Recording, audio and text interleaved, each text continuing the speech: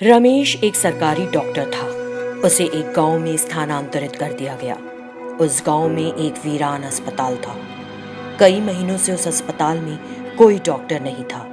उस अस्पताल को देखकर रमेश ने सोचा, यह अस्पताल तो बहुत पुराना लग रहा है। एक अस्पताल की तरह नहीं बल्कि एक कब्रिस्तान की तरह दिख रहा है। ये सोचते हुए रमेश अंदर चला गया। वहां राजू था, ward boy. Good morning sir, मेरा नाम राजू है। क्यों राजू, यहाँ एक भी मरीज नहीं है क्या? कई महीनों से कोई डॉक्टर ही नहीं है सर, इसीलिए लोगों ने आना ही छोड़ दिया है। डॉक्टर क्यों नहीं है यहाँ पर? होने चाहिए ना। कुछ महीनों पहले इस अस्पताल में 2 डॉक्टर आए थे सर। 1 सप्ताह तक रहे, फिर अचानक बिजली के झटके से मर गए। बाद में पता चला कि वो जहाँ बैठे थे उस जगह पर बिजली ही नहीं थी। ये जब हुआ जब वे नाइट ड्यूटी पर थे। फिर यहाँ कोई नहीं आया। कई महीनों बाद आप आए हैं। फिर रमेश ने बहुत देर तक सोचा। मैं जब से यहाँ आया हूँ सड़ान सी आ रही है। वो महक उस कमरे से आ रही है सर। कई दिनों से उस कमरे में लाशें यूं ही पड़ी हैं।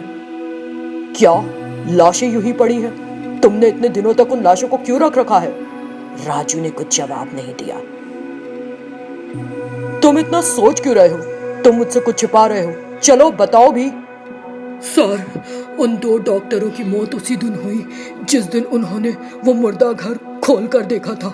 लोग सोचते हैं कि वहाँ एक भूत है, इसीलिए उस मुर्दा घर को बंद कर दिया है।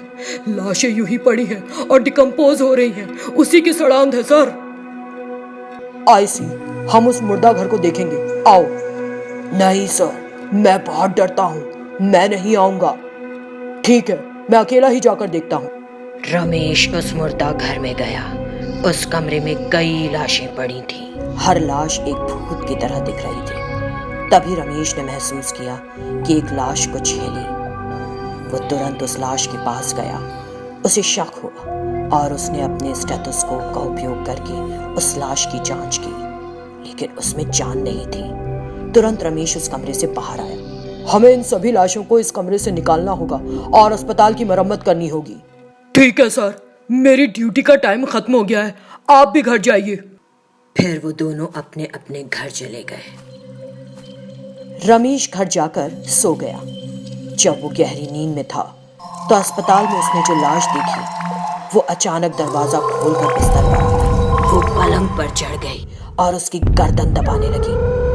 अचानक रमेश जोर से चिल्लाया। जब उसने आंखें खोली, ओह शिट, मुझे नाइटमेयर क्यों आया? कुछ देर बाद वो फिर से सो गया। नया डॉक्टर अस्पताल में आया था। ग्रामीण अगले दिन सुबह से अस्पताल आने लगे। फिर रमेश ने रात तक सभी को देखा। राजू डॉक्टर के कमरे में आया। सर, बहुत देर हो गई है, अब आप घर जाइए। ठीक है, तुम जाओ, मैं थोड़ी देर बाद जाऊंगा। राजू चला गया। फिर रमेश पूरे अस्पताल में घूमता रहा और सभी कमरों का निरीक्षण करने लगा। इस बीच एक बूढ़ा आदमी वहां आया। अंधेरे में उस बूढ़े आदमी को देखकर रमेश घबरा सा गया। फिर वो धीरे से चलकर उस आदमी के करीब गया। क्या चाहिए आपको? क्या आप नए डॉक्टर हैं? हाँ, मैं ही हूँ। अंदर आ जाइए। बताइए क्या परेशानी है, मैं इलाज बताता हूँ। फिर दोनों एक कमरे में चले गए। मेरे गले में गहरी चोट लगी है, इसे एक बार देख लें। ये कहते हुए उसने अपना सिर अपने शरीर से अलग कर दिया और फिर उस बूढ़े आदमी का शरीर उस लाश में बदल गया जो बीती रात उसके सपने में दिखाई दी थी। रमेश कांप गया। फिर वो भूत जोर से हंसा और रमेश की ओर बढ़ने लगा।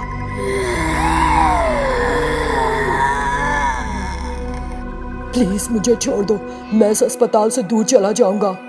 मैं इस अस्पताल में आने वाले किसी डॉक्टर को नहीं छोड़ता। उस भूत की आंखों से बिजली जैसी कोई चीज निकली और रमेश पर हमला हुआ। इसके साथ ही रमेश ऐसे गिरा जैसे उसे बिजली का झटका लगा हो। अगले दिन गांव वालों को रमेश की लाश मिली, जिसे देखकर उन्होंने सोचा कि ये डॉक्टर भी बिजली के झटके से मर गया। मुर्दा घर खोलने के लिए मना किया था, बेचारे रमेश सर। जब वामसी घर की सफाई कर रहा था तो उसके पास एक फोन आया। हेलो कृष्ण, सब बढ़िया ना? हाँ, सब बढ़िया। वो मैंने तुझे सुजीत की शादी के बारे में फोन किया था। हाँ मुझे याद है। वो तो शाम में जाना है ना, हम दोनों साथ ही चलेंगे, तू आ जाना। ठीक है, मैं तुम्हारे घर पर ठीक 7 बजे पहुंच जाऊंगा। इतना कहकर उसने कॉल डिस्कनेक्ट कर दिया। फिर कृष्ण शाम 7 बजे अपनी कार में वामसी के घर पहुंचा। वामसी तैयार होकर बाहर आया और दोनों कार में जाने लगे। उनकी कार शहर से बाहर एक हाईवे पर दौड़ रही थी। हे कृष्ण, तुम इतना स्पीड में क्यों चला रहे हो? स्लो डाउन, मैंने सुना है कि यह हाईवे सेफ नहीं है। अरे कुछ नहीं होगा, ट्रैफिक में फंसे थे, पहले ही देर हो चुकी है। इतना कहकर उसने स्पीड बढ़ा दी। फिर वामसी ने हाईवे से कार को अंदर मोड़ लिया। हे व्हाट, तुम इस रास्ते से क्यों जा रहे हो? अरे दिस इज शॉर्टकट, हम जल्दी पहुंच जाएंगे। लेकिन न्यूज़पेपर में आया था कि इस रोड पर बहुत एक्सीडेंट्स होते रहते हैं। कुछ नहीं होगा यार, चुपचाप बैठ। तभी एक दूसरी कार उस रास्ते से बहुत तेज रफ्तार से निकली और कृष्णा की कार का साइड मिरर तोड़ती हुई आगे निकल गई। ये दोनों सोचकर बेहद डर गए कि एक्सीडेंट ही हो गया और चीख पड़े। फौरन कृष्ण ने अपनी कार एक तरफ रोक दी।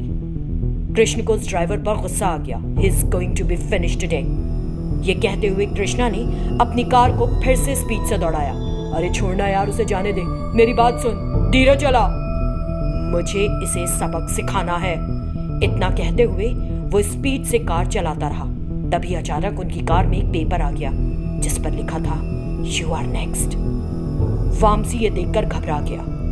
कृष्ण ने इसे सीरियसली नहीं लिया और उसने उस कार को ओवरटेक करने की कोशिश की और उस कार ड्राइवर की तरफ देखा। वो कार ड्राइवर बहुत भयानक था। उसे देखकर कृष्ण और वामसी कांप से गए। कृष्ण डर के कारण बोल नहीं पा रहा था और उसने कार आगे बढ़ा दी। दूसरी कार पीछे ही रुक गई। अरे उस कार में ड्राइवर भूत की तरह लग रहा था। हाँ, यही देखकर मैं भी डर गया, इसलिए मैंने बिना कुछ कहे कार आगे बढ़ा दी। ये कहते हुए उसने कार की स्पीड और बढ़ा दी। तभी ऑपोजिट डायरेक्शन से एक कार सड़क पर आती दिखाई दी। उस कार को देखकर दोनों डर गए। अरे ये तो वही कार है जिसे हमने पहले देखा था ना, इतनी स्पीड से हमारी ओर क्यों आ रही है? इतना कहकर कृष्ण ने अपनी कार एक तरफ रोक दी, लेकिन वो कार सीधी आई और कृष्णा की कार को कृष्णा और वामसी खून से लथपथ कार से बाहर गिर पड़े। तभी एक शैतान उस कार से बाहर आया और कृष्ण की कार के पास गया। उन दोनों को देखकर, मैं कुछ लोगों की वजह से एक दुर्घटना में मर गया जो तुम्हारी तरह रैश ड्राइव करते थे। तुम जैसे लोगों की वजह से बेकसूर लोग अपनी जान गंवा देते हैं। जो गलत करेगा सजा भुगतेगा, जरूर भुगतेगा। शैतान कार में बैठा और चला गया। तभी कृष्ण और वामसी अपने शरीर पर घावों के साथ उठे और सड़क के किनारे खड़े होकर लिफ्ट मांगने लगे, लेकिन किसी ने भी अपनी गाड़ी उनके लिए नहीं रोकी। तभी एक गाड़ी आई और वे उसमें सवार हो गए। थैंक्स, हम बहुत देर से लिफ्ट मांग रहे थे लेकिन किसी ने गाड़ी नहीं रोकी। लकीली आपने रोक दी। कैसे रुकते? तुम्हें देख जो नहीं सकते। वामसी और कृष्ण ने पूछा, क्यों? वो हमें क्यों नहीं देख सकते? हाँ, क्योंकि तुम दोनों 1 घंटे पहले मर चुके हो। कार ड्राइवर कोई और नहीं, वही शैतान था।